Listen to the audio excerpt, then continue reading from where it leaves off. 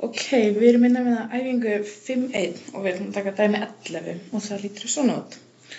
Og fyrsta sem við þurfum að gera er að taka svegin í öðruveldi og ætlum að margfalda 2 inn í allt það sem er í sveganum. Og það er náttúrulega ímyndunar 1 hérna og hérna og hérna.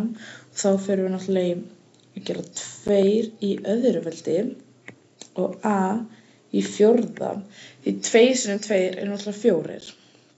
Og svo verður þetta 3 í öðru, þetta er ímyndunar 1 fyrir ofan 3 og svo A í sjötta, 4 í öðru og A í áttunda. Ok, þá lítur þetta svona út.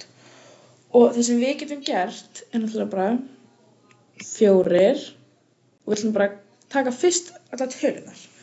Þá gerum 4 sinnum 9, og þetta er 3 í öðruveldi 9, sinnum 16. Og við getum plúsað saman hérna 4, 6 og 8, þar sem A-in er í. Og þá fáum við sinnum A í 18. Og við vitum hérna 4 sinnum 9 sinnum 16 er 576 og svo bætum við bara við A í 18.